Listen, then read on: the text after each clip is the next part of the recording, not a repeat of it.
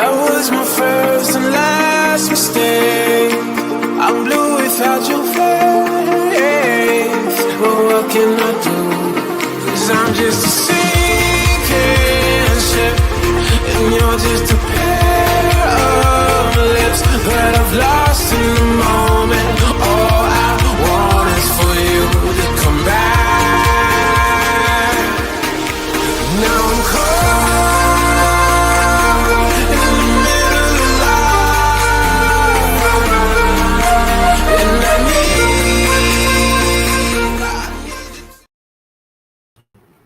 Greetings, everyone, and welcome to another edition of the Red Pill Diaries. I'm your host, your brother, and your friend Rashid, and I'd like to thank each and every one of you who will join me live and those who will download or listen later to the most powerful platform for truth, bar none, on God's green earth. This is your platform for elevation, edification, and education. This is the Red Pill Diaries. And I want to first apologize to everybody. YouTube was playing tricks with the time.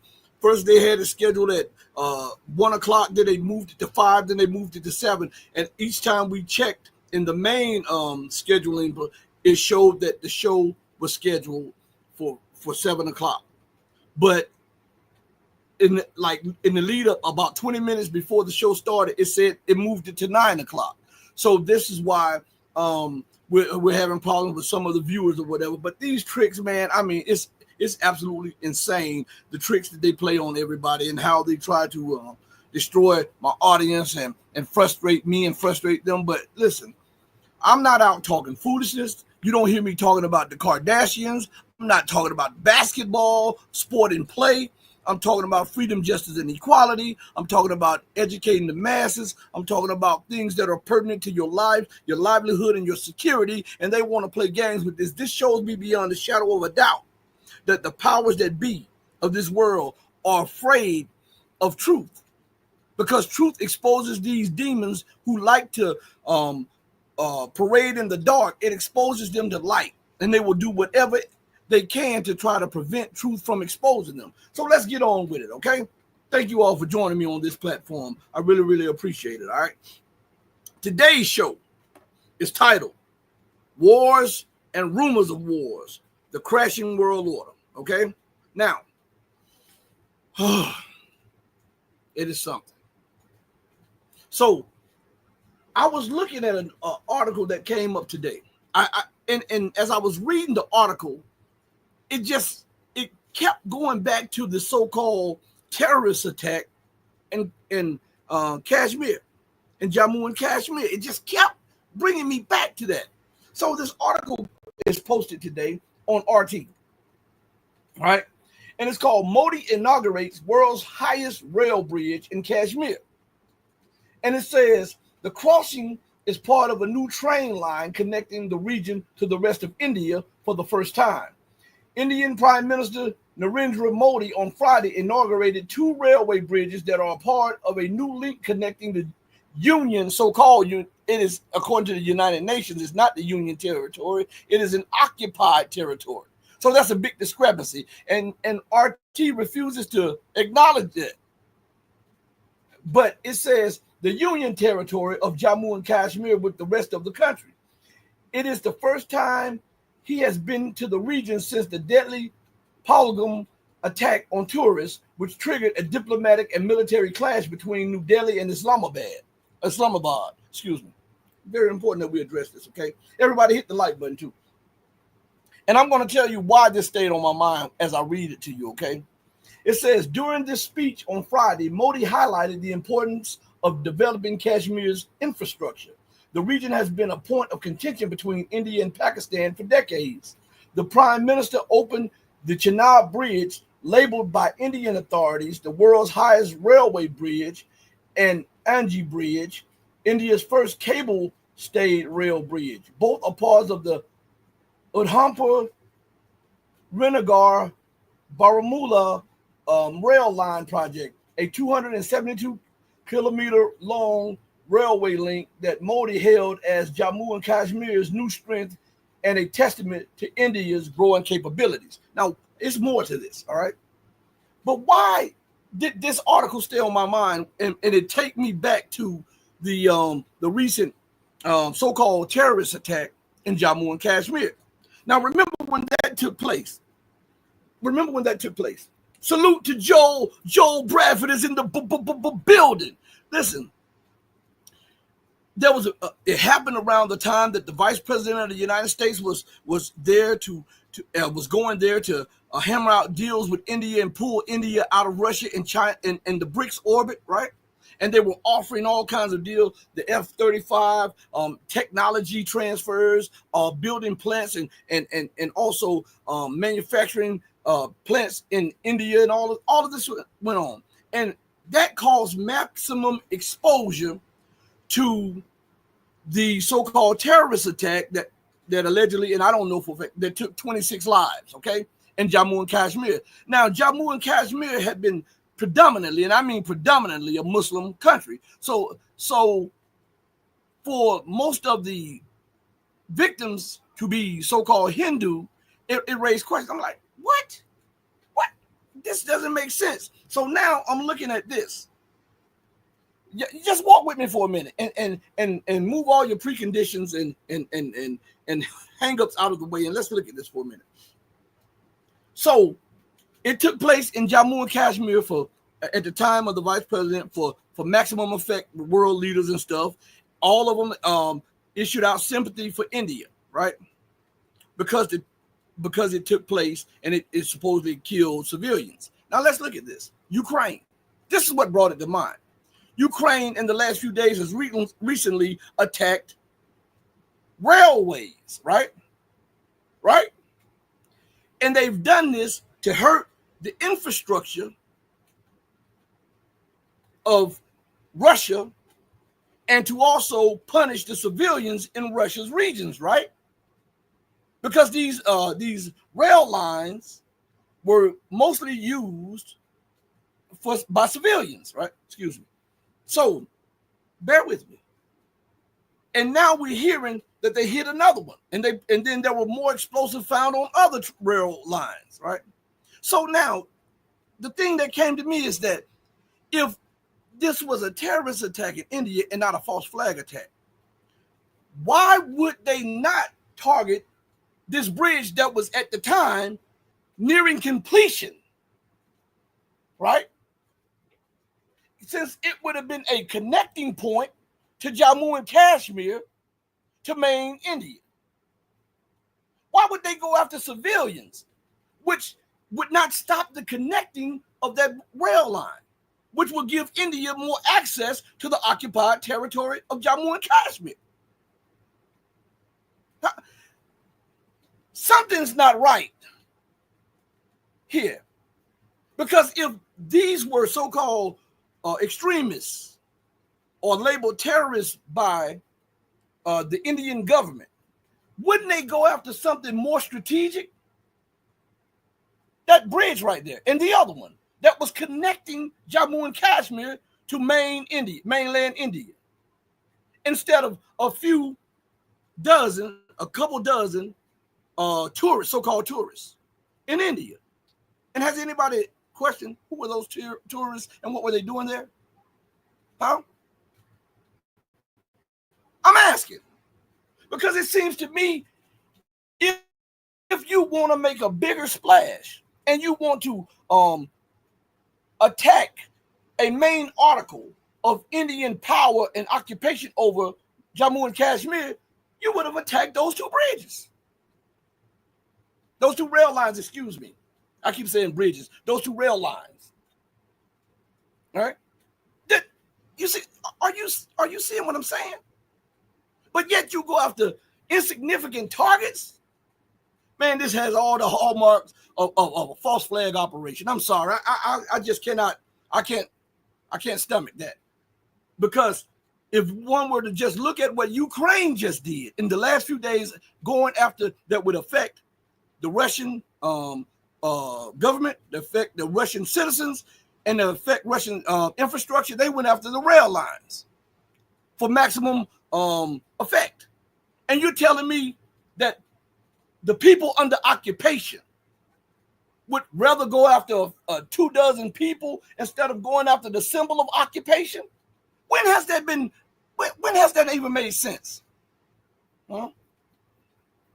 So this article right here lends more credence to the fact that that was a false flag operation in Jammu and Kashmir by the Indian government for maximum effect, so that they can put pressure on Pakistan because they thought it was sweet. The United States gave them the go-ahead, and after the United States realized what India had got into, the United States bagged back, as they often do. The British bag back, as they often do. They throw the rock, they hide the hand, and they step back. And so India thought it was sweet. And so they were bragging about what they were going to do in Pakistan, let them have it. Shout out to Vera in the building, William Gilchrist in the building, Zinya in the building. Shout out to you guys. But this article right here just lends more credence to the fact that what we were being told is not adding up to what actually took place. Okay? And I just had to get that out front because I'm looking at Modi standing there admiring the rail lines up there. He's like this over the rail. He's admiring. Wouldn't that be the prime target for the so-called secessionists or terrorists?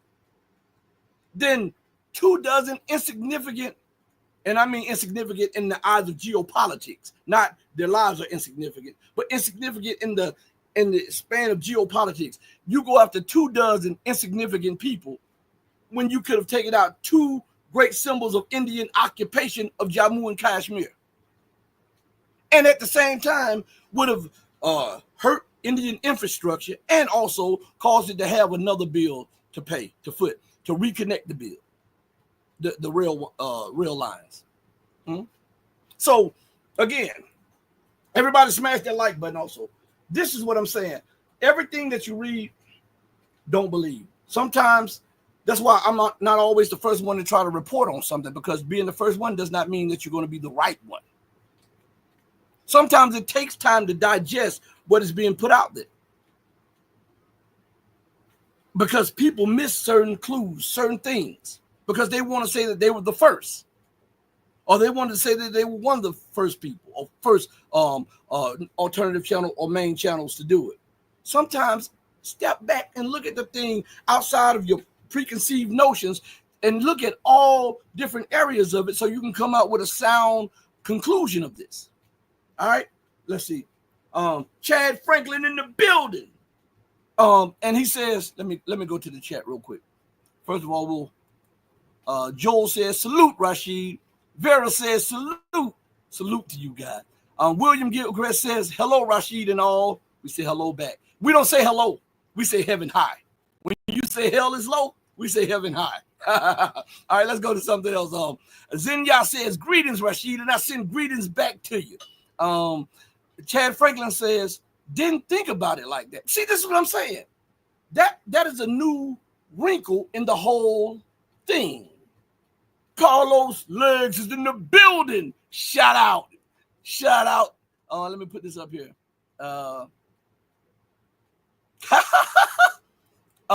Shout out to Flying Crocodile 46 is in the building. Salute to Rashid in the chat. All right. Let's see. Patricia Williams is in the building. Salute, Patricia, and thank you for joining us. All you, thank you. But isn't that a new wrinkle in it? If there was going to be maximum effect by the so-called quote-unquote terrorists or the secessionists, wouldn't they aim for something that would bring more international recognition on, and something that stood as a symbol of against the occupation against the lands that they claim to be wanting to free? And what better way to lash out instead of looking at 24 insignificant people than the two newly inaugurated bridges, which means that these bridges were these rail lines were nearing completion during the time of the so-called terrorist attack. That means that they said forget the symbols of occupation. We're just going to go after a few people. They should have, if they were meaning to stick it to the Indian government, wouldn't they go after something that cost so much, took so much time, and represented a symbol of Indian occupation of Kashmir, Jammu and Kashmir? I mean, I'm not the sharpest knife in the drawer, but I'm not a spoon or a butter knife. But that's common sense to me. All right. Let's see. Let's go to something. Let me take this down real quick. So now, where are we at now? Let's go to something else. I wanted to bring up a few things since we're here. Everybody, Michael Schneider. You know, I sometimes read his articles on the Economic Collapse blog. And Michael Schneider has an article in it. And I'm telling you, if you read Western press and you accept Western press for what it is, you are automatically behind the eight ball, or you're automatically behind everybody else.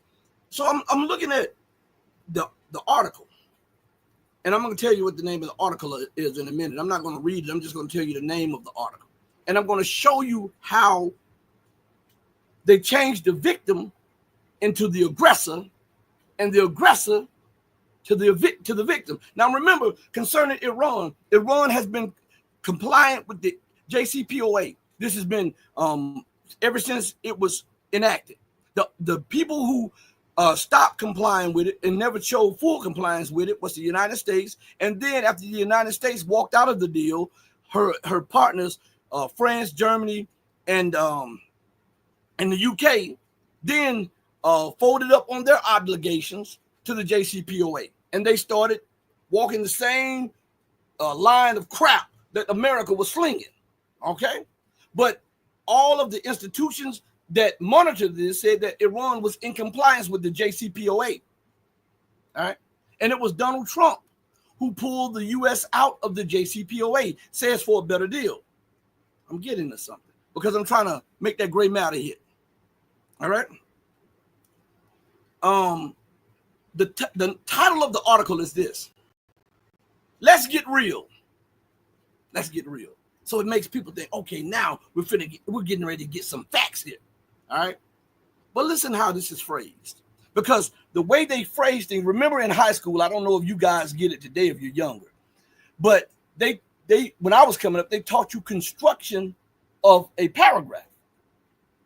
And they taught you that a lot of the things that they would talk about in the other paragraphs would be highlighted in the first paragraph or the first three paragraphs. And they told you to pay attention to how the sentences are being constructed, okay? Because there's everything. Now let's look at this title here. Let's get real. Iran wouldn't be moving more air defense systems around their nuclear facilities if they plan to make peace with Trump. As if Iran is doing this in preparations of making war with the U.S. I am not making this up. I would even put this on the screen. This is the title of the article by Michael Schneider, a person who should know better than to write a title like that.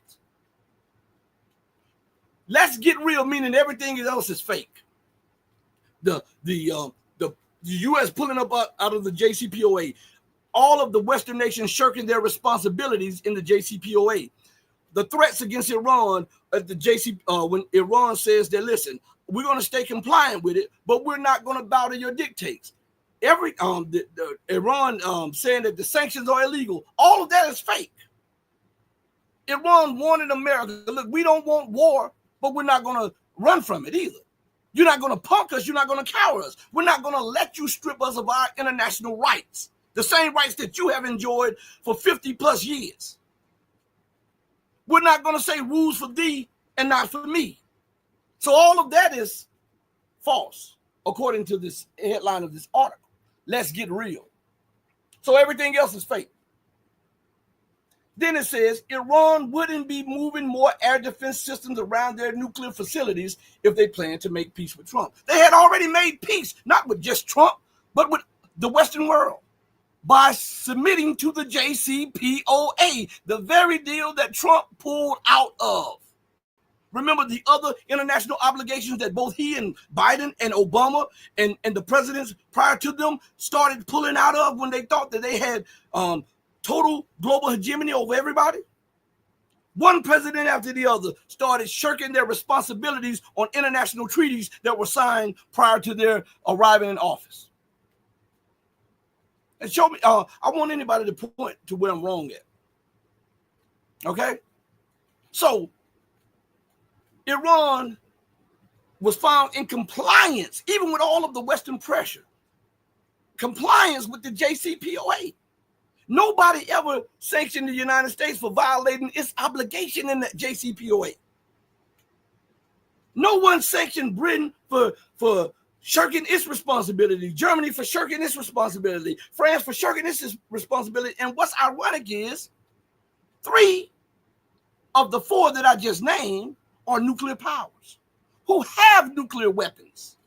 And the 4th one can quickly constitute nuclear weapons because they have a nuclear program that is acceptable by Western standards because they are one of the Western powers of NATO.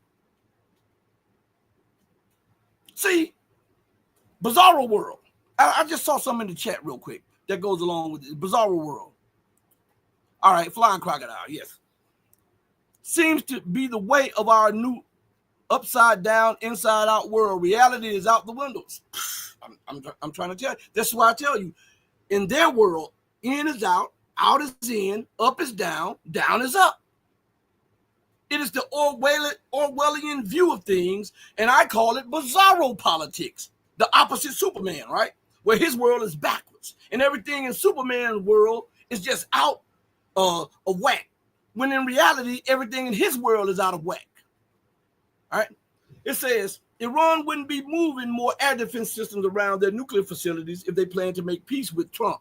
Instead of him leveling with the people and saying, Iran is moving more air defense systems around its nuclear sites because of threats by the United States and Israel, which is illegal according to international law. Why is that missed out? Because remember, under international law, it is a crime to purposely target and bomb a nuclear facility. But we hear Trump and we hear Israel constantly threatening to bomb Iran's nuclear facilities and all of their nuclear sites. Why wouldn't he level with the people and just say that? See, when they do stuff like this, it's done because of an agenda to get the people who are normally reading your articles to come on board unknowingly to your perception and your view of how things should be done, instead of leveling with the people and saying, hey, me and my man over here, we're out of pocket. We don't want Iran to get nuclear weapons, but this is not the way to go, and Trump is out of pocket for what he's doing. Bibi Netanyahu is out of pocket. Isn't it ironic that the very nations who possess nuclear weapons are the ones that are screaming about other people acquiring one? Why? Because if you have one, people will hesitate to bomb you, hesitate to make war with you, because they understand the ramifications and the repercussions of the fallout of your intransigence and irrational policies. They want to order where they can dictate and dominate to everybody else. I can have a bazooka in my house, but you can't have a slingshot. This is that exceptional European, Eurocentric, Western mind. Well, I can have this stuff, and it's illegal for you to get it. Why is it illegal? Because you may think that I'm going to use it on you for you using it on me for decades. That's the mind. That is the whole mind of things. That is the whole mind of things. Hold on 1 second. My door came open for a second. I'm sorry, everybody. My office door came open a little bit. I'm sorry. Anyway, so that is their mind. This is how they dominate, and they dominate through the propaganda. They even inundate the masses of the people with this, and their people become inculcated with these ideas, being unaware they're inculcated with it, so that the government then can put it over on them without any blowback. Any blowback. What is it? Flying Crocodile says, our friends in Israel have led the world in this respect. Absolutely. But the United States, I'll say the United States has led the world in all of this, because she was the first nuclear power, all right? And she's the one that used nuclear weapons. And she didn't just use them, because most people get it twisted. They say America used nuclear weapons twice. True. But in my conversations, and I'm pretty sure that the Honorable Cynthia McKinney would not mind me saying this again, that she said when she was on a fact-finding committee and they went to different areas, the U.S. used depleted uranium and things that look like miniature nukes, either in Iraq, I believe it was Iraq. Our conversations were a while ago. It was either in Iraq or in Afghanistan, one of the two. I believe it was in Iraq, right? And as a matter of fact, man, our doors just keep coming open. As a matter of fact, I was invited to go on the fact-finding committee with her when they went to Libya before the dismantling of Libya by the Western world. So I know what I'm talking about. I'm not just rambling.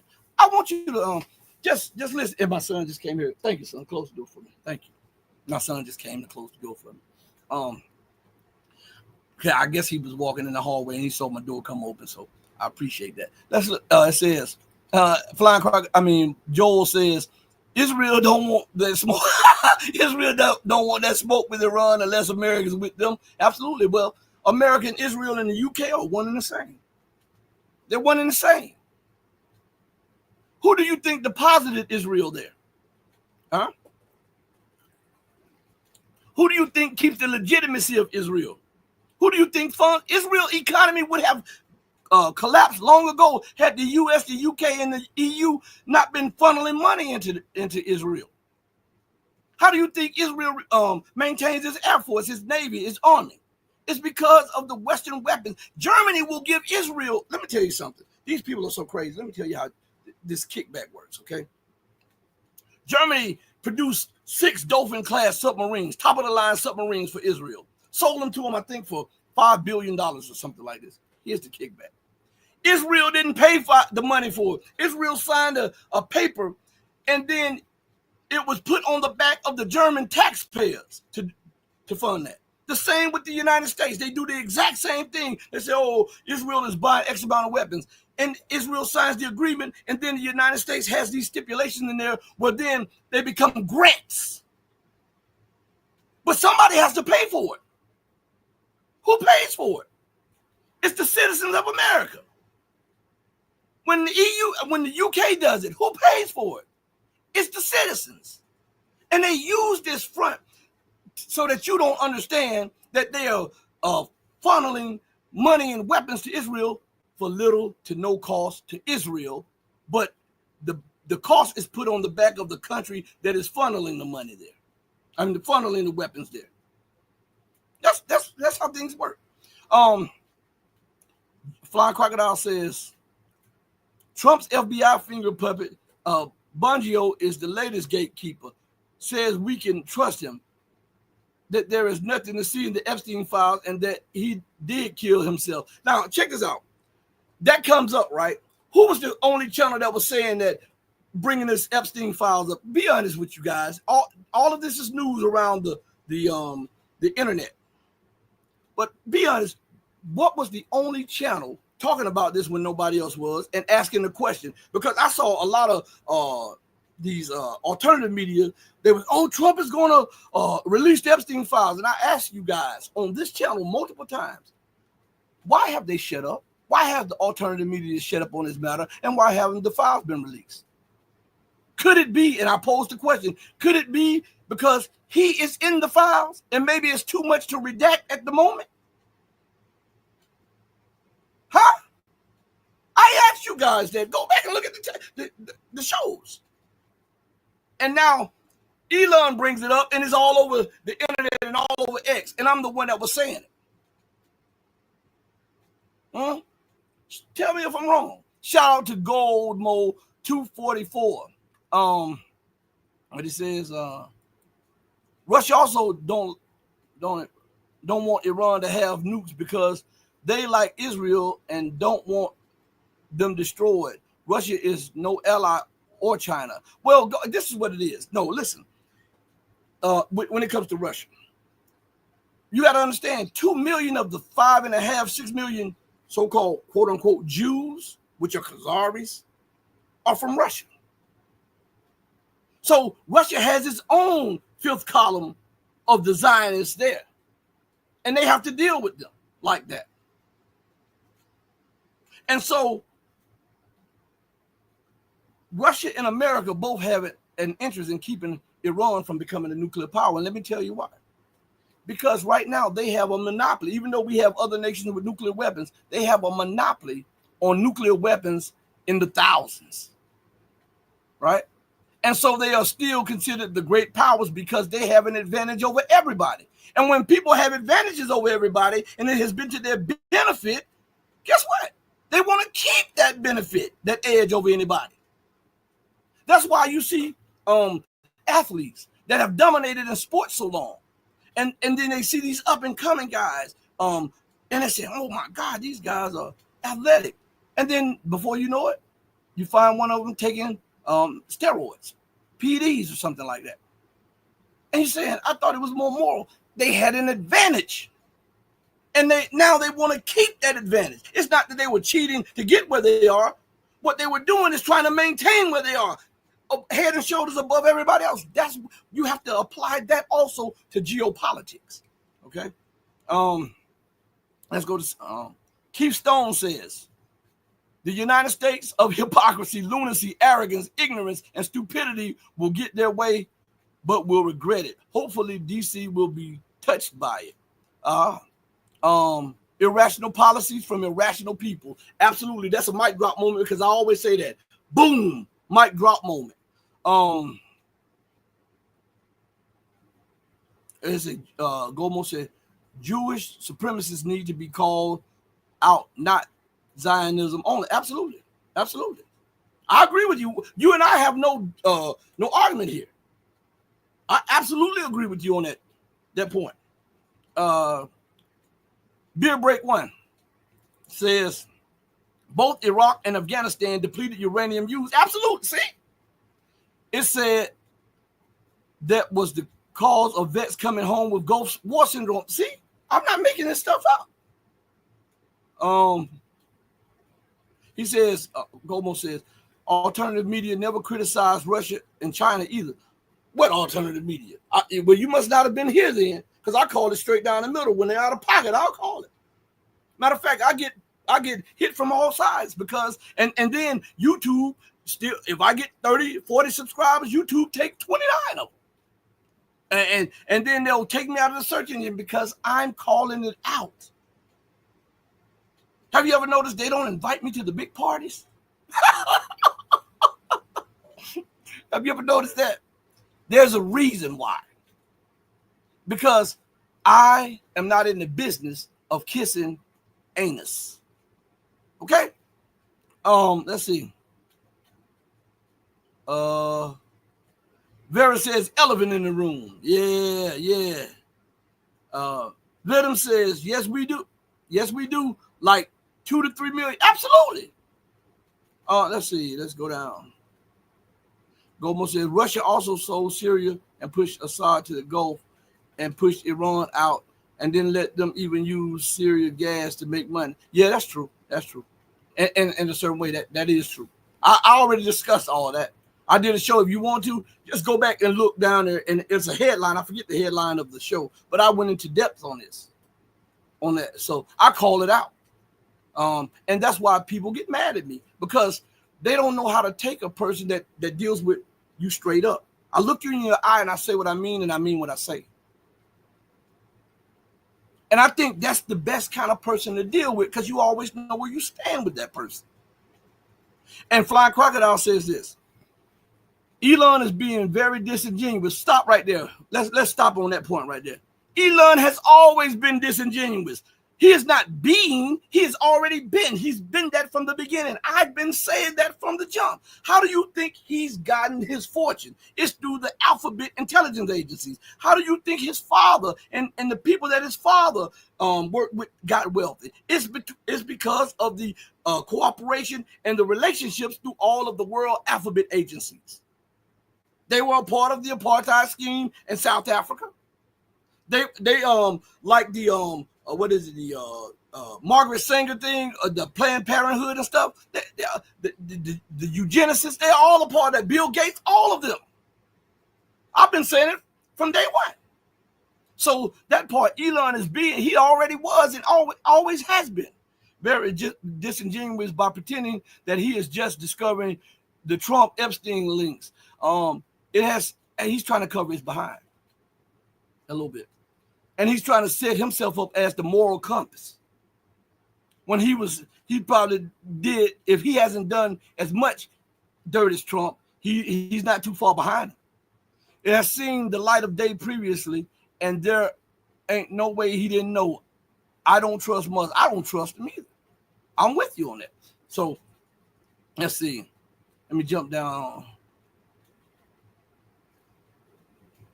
I gotta give him the equal time on the screen too. Vadim says Golmo, he's talking to Golmo, and he says Russian Jews mostly non-Zionists. There's a fifth column though. Flying Crocodile says Rashid is correct. I have never trusted Elon. I'm telling you this. So let me go back to this. I'll come back to the comments in a second. Everybody keep talking and discussing. That's how we come to solutions. Talk and discuss. Even if you don't agree, be agreeable to disagree. That's what adults do. All right. So think about this. Iran wouldn't be moving more air defense systems around their nuclear facilities if they plan to make peace with Trump. How is it that they plan to make peace with Trump? They had already made peace through the JCPOA. It was Trump who broke the deal. So Trump pulled out of the peaceful JCPOA to be a war hawk. He flipped it. Michael Snyder flipped it and makes Iran the aggressor and belligerent party, when in reality it is Trump and his administration that is the belligerent party. Everybody knows this. You can't just wipe this away. I don't care how much you want or how much you try. You cannot just wipe this away and ignore the fact that it was Trump who pulled out of the JCPOA. It was Trump who lied to the people in the Oval Office when he said Iran has been threatening to nuke U.S. cities, and he will not have the U.S. cities held hostage to an Iranian nuclear threat, when it was absolutely the opposite. We can't rewrite that. We can't unsee what we saw. So, hold on, my door is back. Hold on a second. I gotta close this door. I'm sorry, everybody. Come on. This door keeps coming open. I might have to lock it because it just keeps coming open. But anyway, so and the reason it's coming open is because I'm changing the locks on the knobs on the door. And right now, thank you, baby. My daughter got me some water and some ice. And right now, without the knob on it, it's prone to coming open. I'm sorry, everybody, but we're gonna keep it pushing. And it may come open about 2 or 3 more times, but I was going to do this show regardless, and I got to change the knob on the door.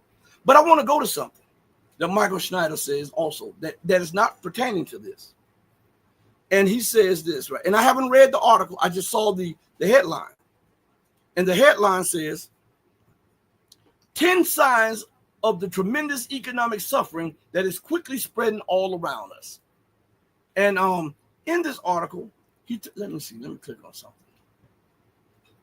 He is talking about the growing homelessness. All right. He's talking about the true rate of unemployment. He's talking about current economic conditions in the United States, where almost a quarter of the U.S. population is canceling plans to make a major purchase because of the lack of funds. He's talking about major employers from coast to coast continuing to conduct mass layoffs. He's talking about restaurants that were once thriving are being boarded up all over the country. Let's see. Meat prices are soaring across the country. He's talking about, he says, you know that things are bad when even Walmart is conducting layoffs. And then he says, quiet firings have become a major trend in this nation. So he talks about the housing market and how it continues to be in a depressed state. And he talks about, according to one recent survey, 70% of Americans are the most financially distressed that they have ever been in their entire lives. So the reason I brought these points up is this.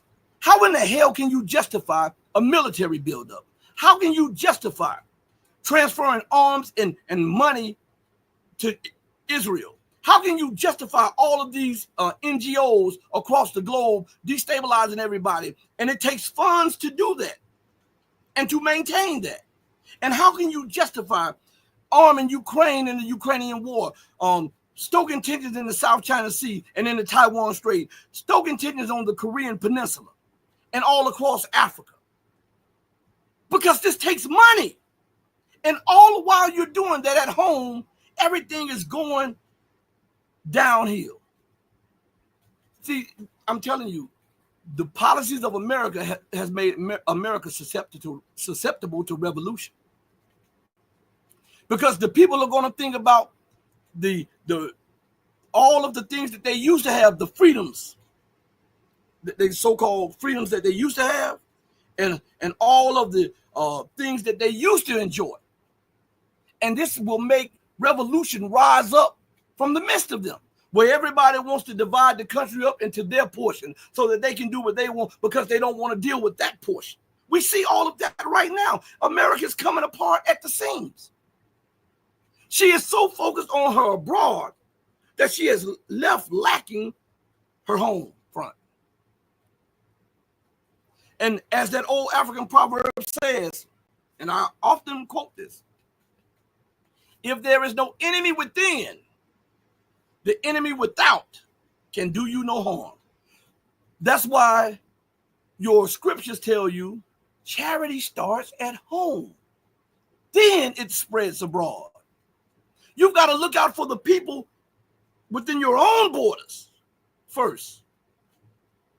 You've got to look out for the conditions of those people. How can you justify cutting food aid to people in America and to veterans, and yet you justify funding almost the entirety of the Ukrainian government, their pensions, their retirement, the schools, the educational system, everything? 80 to 90% of that is being funded by U.S. funds. And you won't have any money for people in the U.S.? This is a recipe for revolution and devolution, the society devolving. Okay? You see it. If you don't think America is devolving at home, these people will shoot you over bumping into them.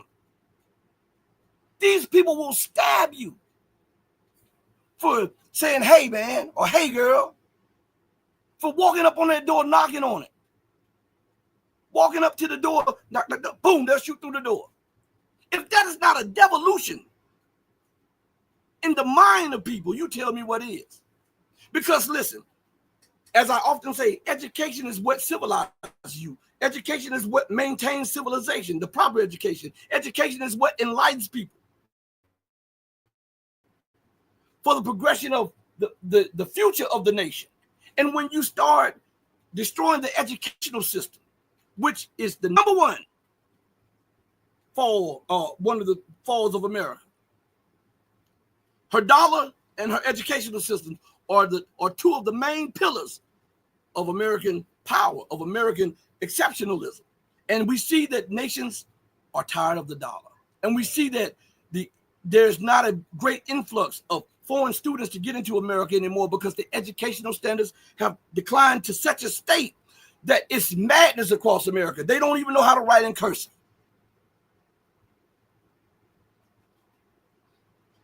This shows you the state of the American Republic and the state of the American Empire. People don't like to address this because these are inconvenient truths.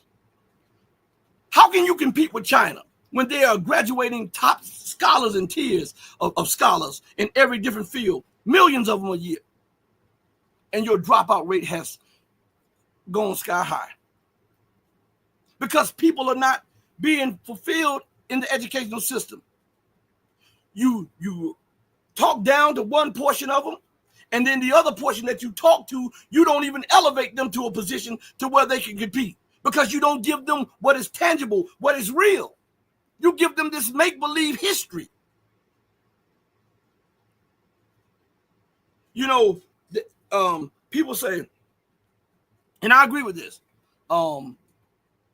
people eat all of this food out the store. They need to sometimes be there and see how their food is made or how that animal was brought to the store, meaning that if the animal was raised and killed and cleaned and sterilized and packaged. You need to be there for that process. The same thing with America. Just like America likes to proclaim her good, she needs to proclaim her bad parts too, to let the people see the ins and out of it.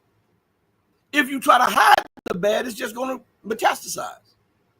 And when we look at the situation of America, she has devolved morally, ethically. She has no morality. How in the hell can you have morality when you are watching your proxy bomb children and target children to assassinate them by snipers in occupied Palestine? And at the same time, some of the police forces do that at home. You disregard the well-being of those who have fought in all of your wars, the veterans. You talk patriotism until the veterans come home and they need a job, until they need mental care, until they need health care. And while they're out fighting abroad, the spouses of those veterans have to rely on food aid. Can't get a home. That should be a prerequisite for you serving in the armed forces. That you're guaranteed a home. You're guaranteed care. You're guaranteed an affordable rate to live at. So all the patriotism goes out the door when you come home. This is what I'm talking about, a devolving society.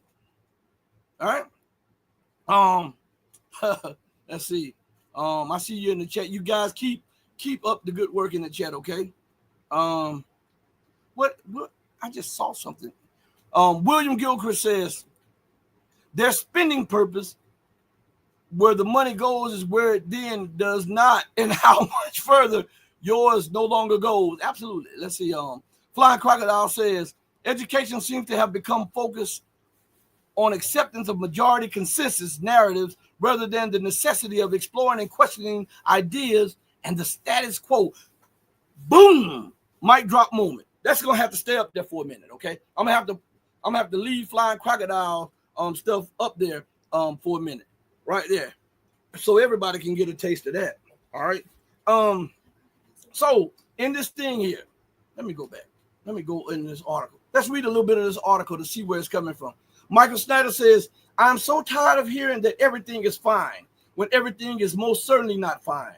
Every day I hear from people that are really suffering in this harsh economic environment. Some can't find work. Others are stressed out of their minds because they can't make ends meet. And there are some that are even on the verge of losing everything, because they are constantly being told that the economy is in good shape. Many of them have been convinced that the suffering that they are going through is their fault.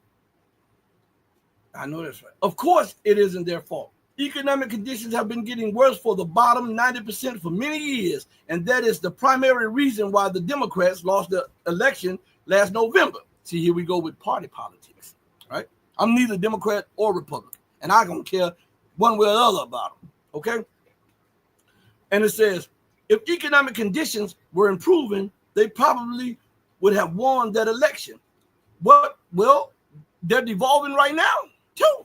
And it says, what we are facing is truly a historic crisis, and it is time to admit the truth.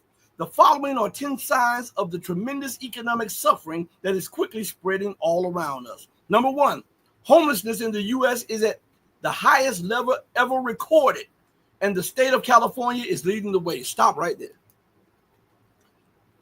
The highest it has ever been recorded.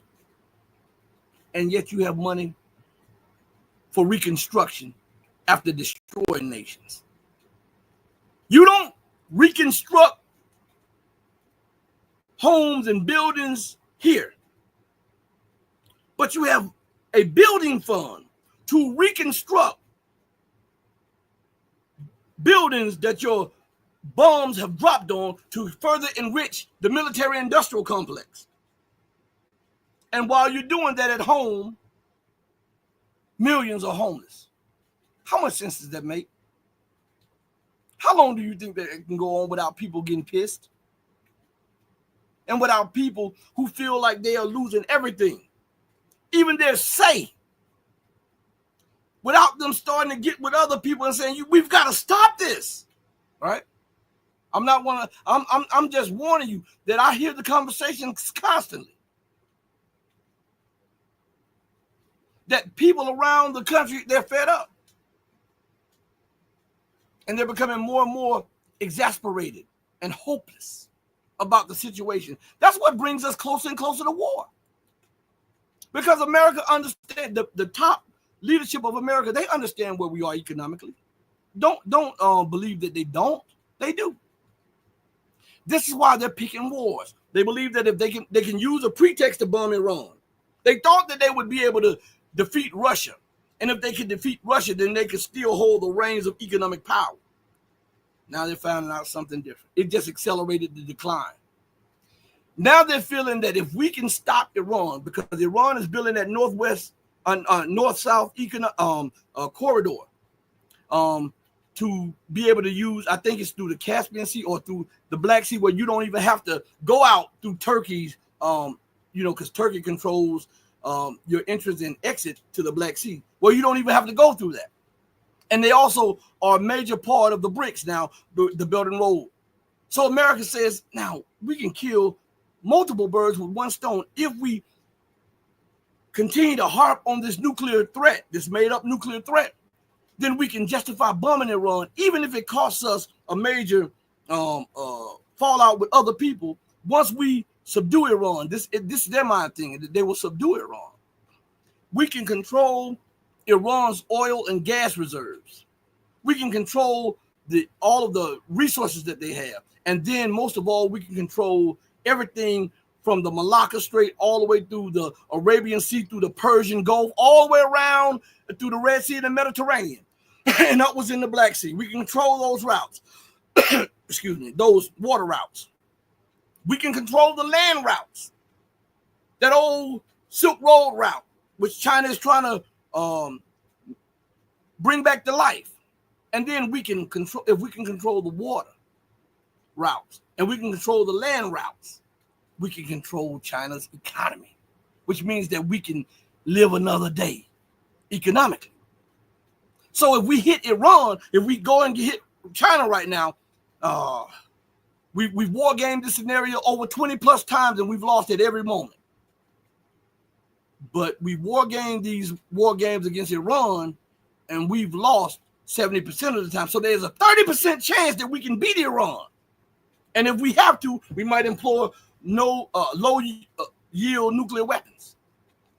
All right.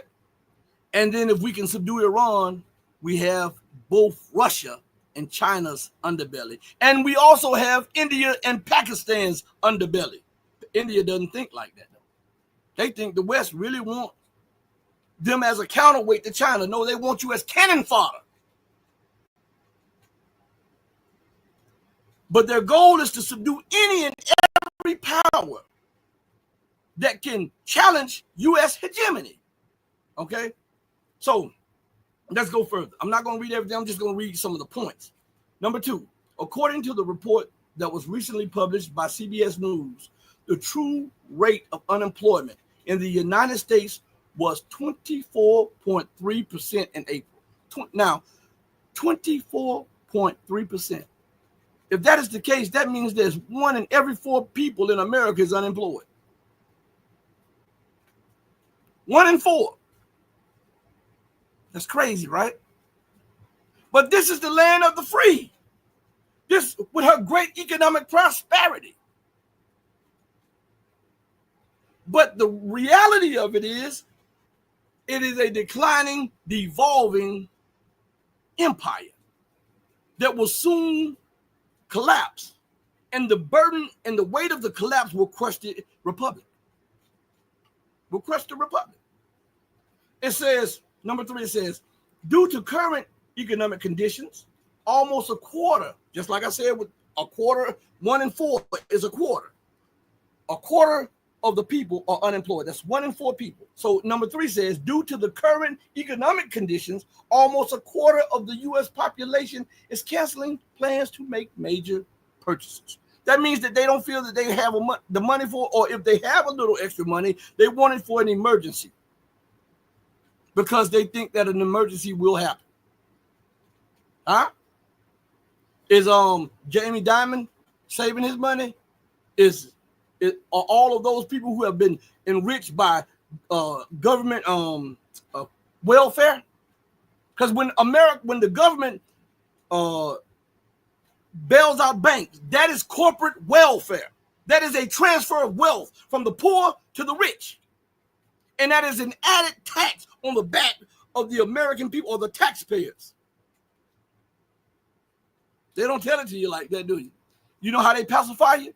If they give Jamie Dimon and J.P. Morgan a $900 billion bailout, they're going to send you a check for $800. How are you going to complain with a check for $800? These people are con artists. I'm telling you this. They are con artists. All right. Number 4, meat prices are soaring, and the size of the U.S. cattle herd has fallen to a level that we have not witnessed since the 1950s. That means that hunger is at America's door. Homelessness is here. Unemployment is already here. And now we look and we see that hunger is now at America's door. Hunger. With a nation of 325 million, some people say 365 million, but others say 335 million. So it could be anywhere from 320 to 365 million people, right? Think about the ramifications of that. When the vast majority of people are facing hunger. Now you've sanctioned the world. So if war breaks out with you in China, China sanctions you, that's an embargo against you. In 2 weeks, your store shelves are empty. Now, people may go along with the war until the stomach start growling, until the lights go off, until they're evicted out of their homes. And then the anger of the war comes home to you. And they don't even realize this because they have been they are so inebriated. They're so drunk on power and exceptionalism that in their eyes, you can be dealt with through propaganda, through brute force, if necessary. They don't realize that this is the fall of America. This is the fall of the Western world, and this is the fall of America. And I tell you all, why is the Western world falling? Why is America, specifically in number 1, falling? Because she's the main pillar of power for colonialism, for capitalism, for greed, for hypocrisy. You can't do that in perpetuity without anything happening in you. You are not trying to do right by others. Your policies show us this. And when you talk about fair competition, you want fair competition as long as your dollar is unchallenged. As long as everybody abides by your rules, your regulations. And if they don't, guess what they do? I'm going to sanction you. I got a problem with Russia, right? This is America talking now. I got a problem with Russia. You never did anything to me. Let's just throw out something. Malaysia, you've never done anything to me. But since you trade with Russia, if you continue your trade to feed your people, to keep your economy going, I'm going to sanction you.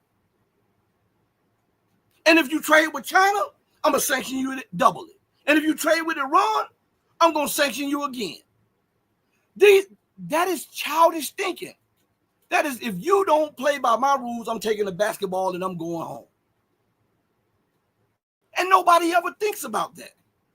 How is it that the West believes that other nations, they in the UN, they talk about the right to sovereignty and independence.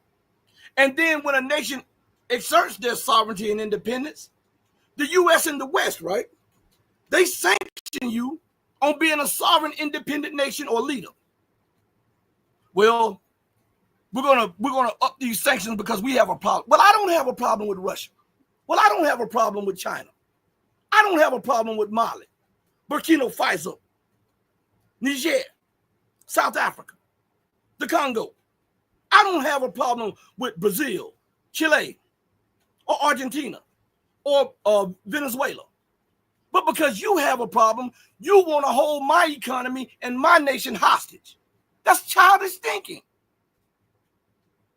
And you make more enemies than you do friends, because now you are trampling on the sovereignty and the independent foreign policy and domestic policies of other nations, because you're saying that you don't have a right to an independent policy or choice.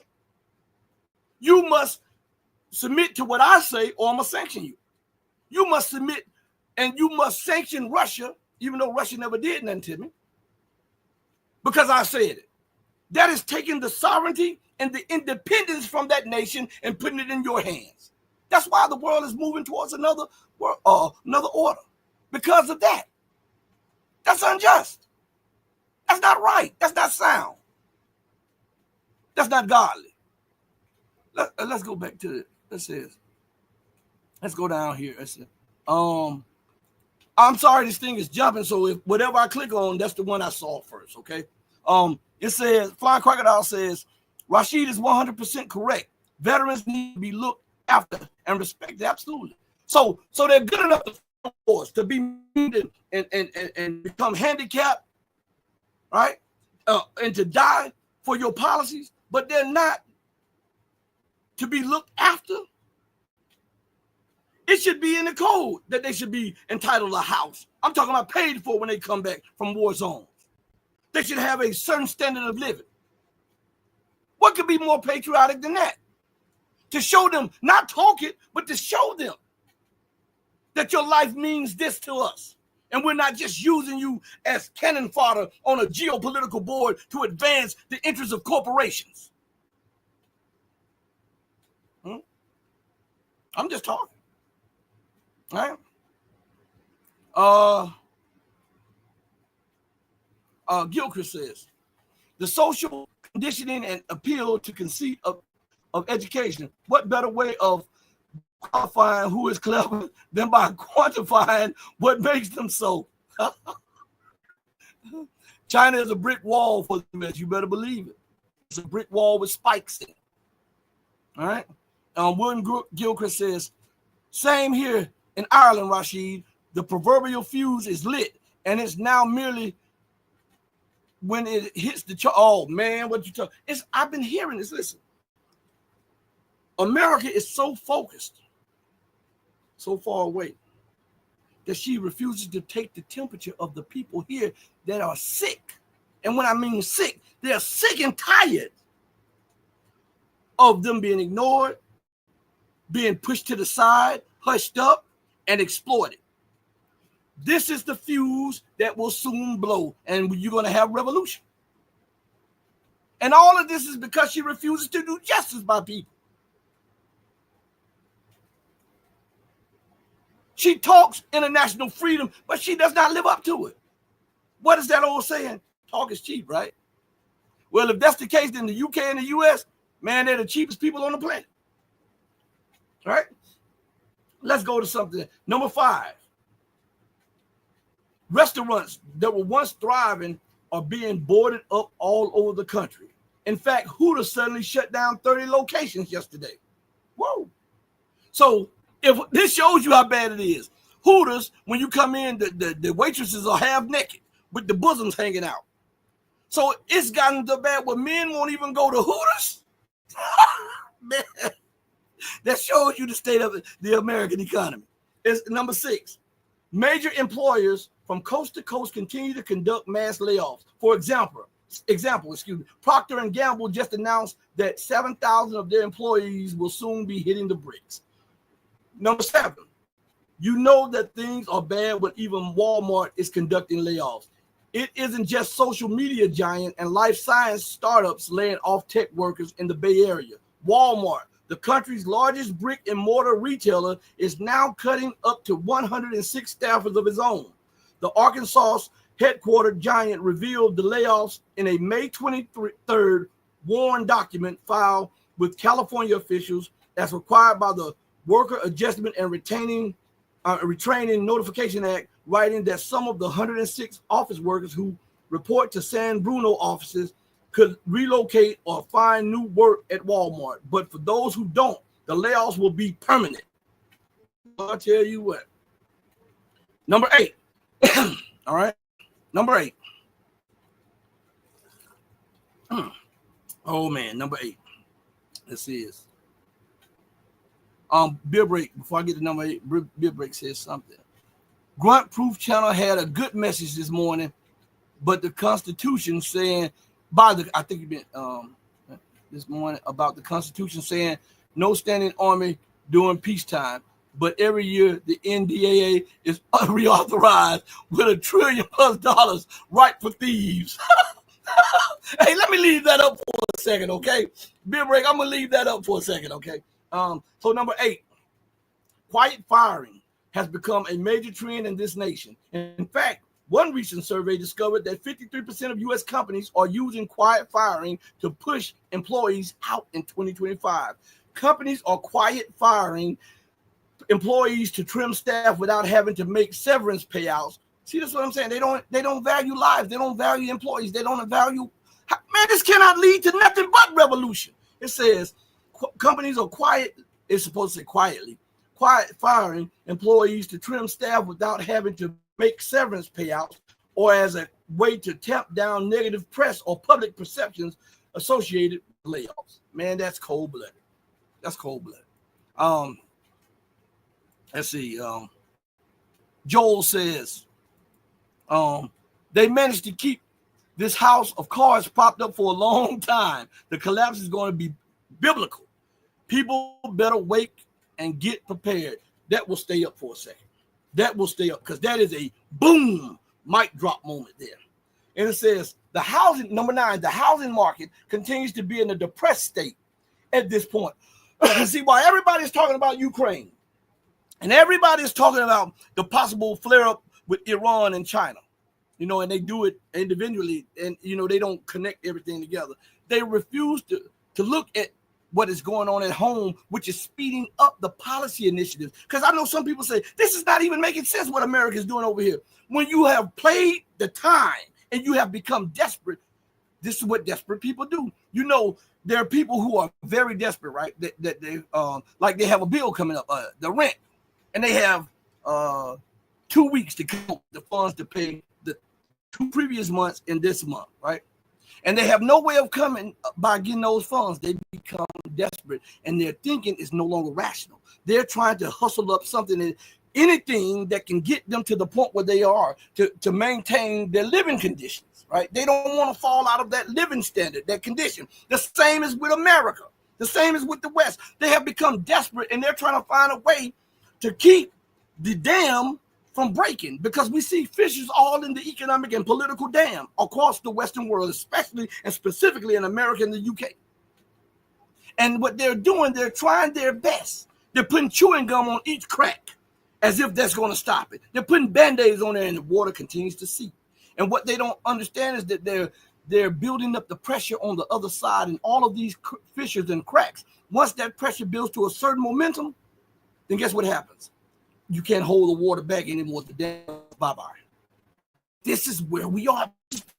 Where we are. And that's why they are trying to live another day by war.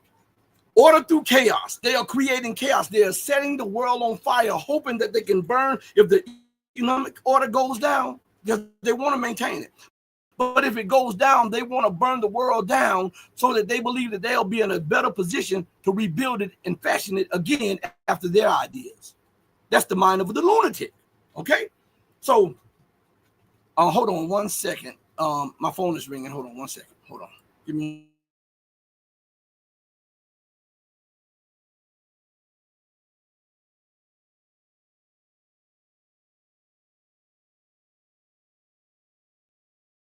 Okay, I'm sorry. That was my daughter. I'm sorry. Anyway, it says, Jay says, our food pantry has lost most of its funding as well in my country. Jay, could you put where you're from? Could you put where you're from up in there? So people understand where you're from? we'll appreciate that, man. We'll appreciate that. RH says these demons have prepared for revolution. That is why the police have been militarized. Absolutely. See, a lot of people think that when you hear some of them people say we must stop, we must close the border, right? To prevent illegals from coming in, and that's a hot spot in America, right? And people have a point when they say, well, everybody should be able to defend their borders, but it's not about stopping the illegals from coming in here at the moment.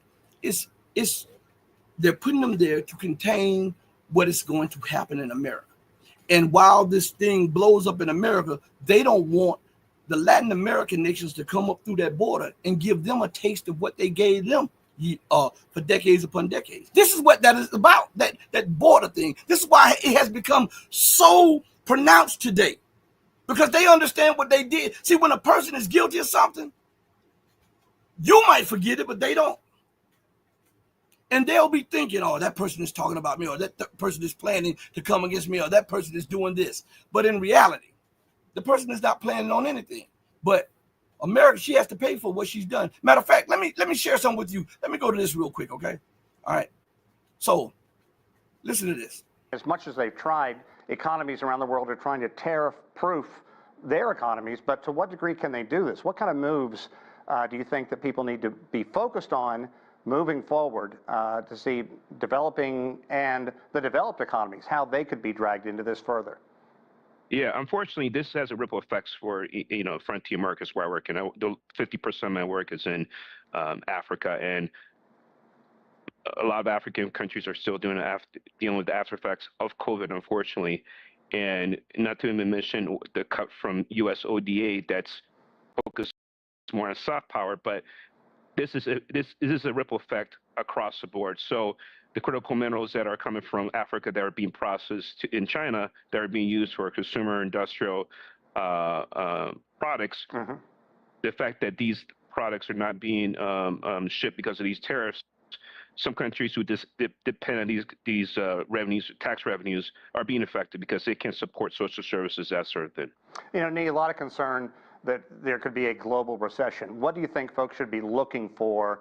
What are some of the indicators that people should be monitoring to see if indeed that does happen and happen perhaps quickly?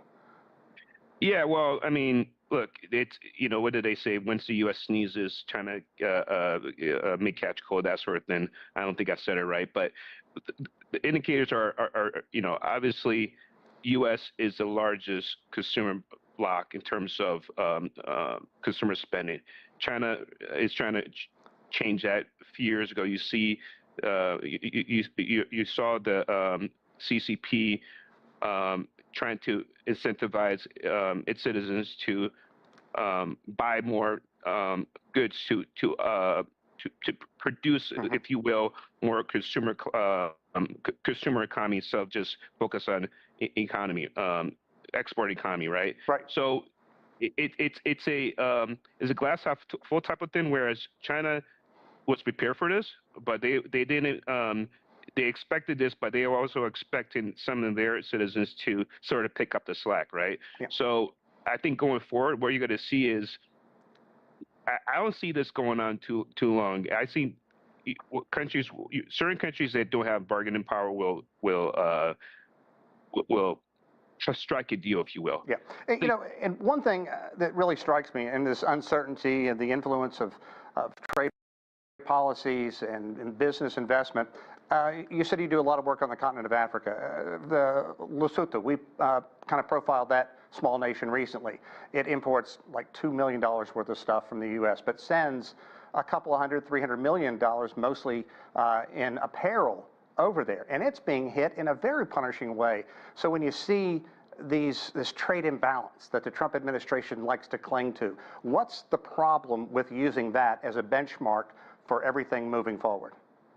I mean, it's even the most conservative economists have said it's not an apples to apples comparison, because let's be honest, the U.S. used to be a manufacturing had manufacturing prowess for all kinds of consumer goods. That shifted. That started with apparel, started with furniture, as economies scale, you get more intellectual, you go to low cost regions. China is not actually that affordable anymore. So eventually they're going to have to move to Africa, what have you. I will say this. It's funny how you mentioned about Lesotho. There's a op-ed that I'm writing about the surplus the U.S. has for services, professional services, financial services, and software. U.S. have overwhelming surplus that they're not even talking about. So yes, there is a trade imbalance when it comes to physical goods, but if you talk about professional services, PricewaterhouseCoopers, Accenture, so there needs to be a whole picture, because now with the AI, the digital trade globally, he's not even talking about that, but he campaigned on this promise of bringing manufacturing jobs back, and it's like it or not, he's going to push this till. I think he'll push it till you see two things will happen. Yeah. One, okay, the currency will devaluate, and two, you'll see job losses. okay. Nee Simmons, thank you so much for your insight. We certainly appreciate it.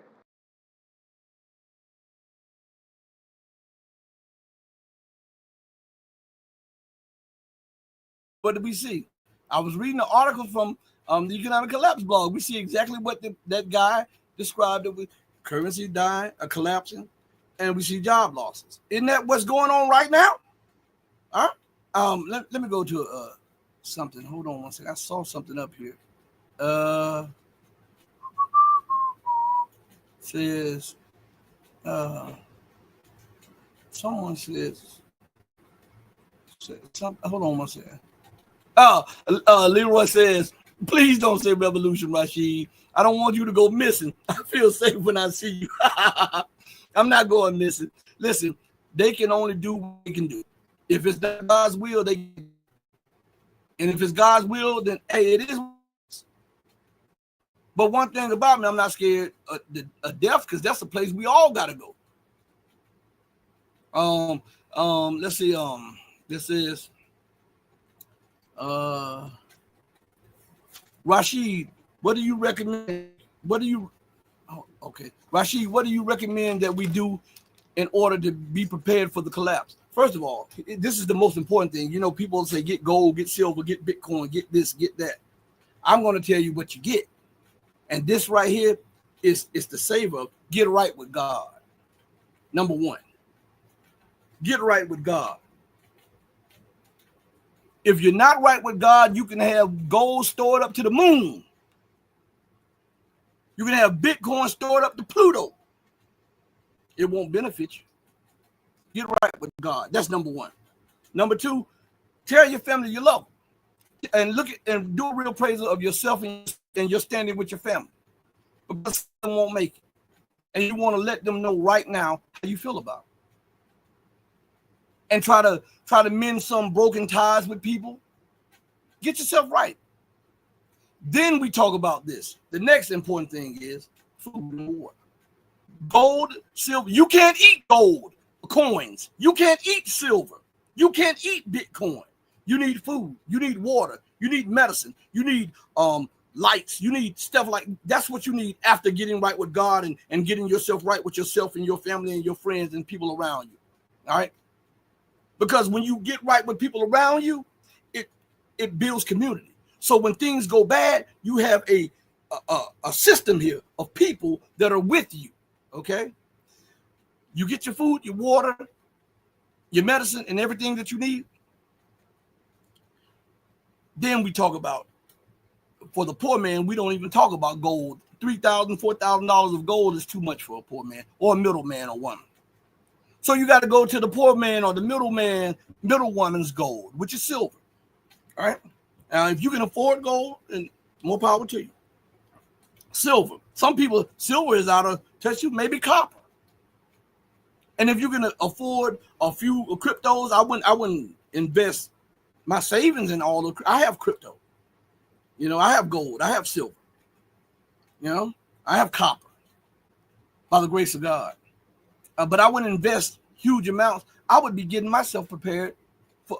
Do you think it's just ironic that all of these end of world movies are coming out? These people let you know what they see coming through their movies. And then a year, 3, 5 years, 10 years, 15 years down the line, you see it and you call guard. But you can't say they didn't show it to you because they put it in film now. All right. And Cosmo Ray says that was the CIA call. And Leroy says, what should we do with our money? Invest it in yourself. The best investment is in you. Do a real appraisal around you. What is most needed? What are you lacking in? What is your family lacking in? And use your money to invest in that. Because when this stuff all breaks down, and your interest rates are, and you're paying negative rates to get your money out the bank, you know, you got to pay. First of all, you're paying the bank to hold your money, and the bank is taking your money and making money off of it. And then as this thing melts down, you're going to have to pay the banks to get your money out. You're not going to get all of it. You're going to pay the money to get some of it out of it. So start preparing and investing in yourself and your family. That's the best investment. And in God. And those are the best investments you can make. Those are sound. Those are what I call sound investments. It's past materialism. Those are sound investments. Let's see. We're going to bring this to a close. I have to go get my daughter from work. Let's see. Vedum says, agree. Cosmo says, amen. In Arabic, we say, I mean. William Gilchrist, thumbs up. Leroy says, bring back jobs where? Hey, I'll get all the jobs. Yeah, they couldn't bring back. That's just a slogan. These politics love to inundate you with slogans. Who can get the best slogan so as to mesmerize the people and never live up to most of the slogans? This is to exploit you again. This is another method to exploit you. All right. So the further the nation goes in decline, the more desperate and arrogant she'll become, and the more dangerous she becomes. People say, well, that was very dangerous for America and Britain to do what they did in Russia. I've been telling you that was the intelligence services doing these things from jump. I've been saying that. Go check my track record. While everybody was putting it on Zelensky and everybody was putting it on Ukraine, I have been the one talking about, man, are you sick? If you got a government, if you got every institution, military, intelligence, all run by the U.S. and the U.K., how in the hell can they not know? How can they not be a part? How can they not participate in these actions of terrorism and acts against humanity, targeting children, targeting civilians? And then they'll get right on TV and say, we didn't know anything about it.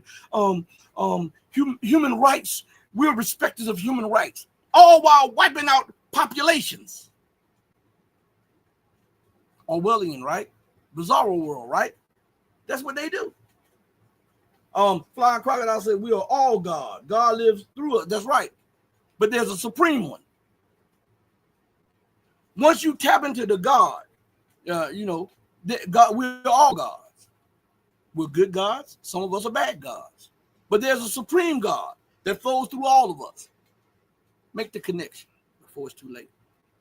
On that note, listen, I want to thank each and every one of you for joining me on the most powerful platform of truth anywhere on God's creation. Ha ha. Listen, seriously, for a minute, I want to thank you all for giving me your time. You did not have to do that. I want to thank you for the great conversations that we've shared with each other, offering each other opinions without disrespecting each other. I want to take the time out to thank you guys for that. I want to thank you for sharing and liking the video. And even if you disliked it, thank you for just being here, because you didn't have to do that. So in closing, as I always say, as my mother taught me, do right by others, not because there's some material gain or because of some accolades that may come behind that. Do right by others because it's the right, humane, and godly thing to do. Because even when no one else is watching you, God Almighty is watching you. He may sit high, but he looks low. Know that I love each and every one of you who loves truth, but know that the love that I have for you will always pale in comparison to the love God has for you. Until we next speak again, stay strong, stay true. But remember, most of all, to stay righteous. Hey, mama, look at me. Your baby boy loves you more than life. Deuces, everybody. Thank you so much. We're out of here. Peace.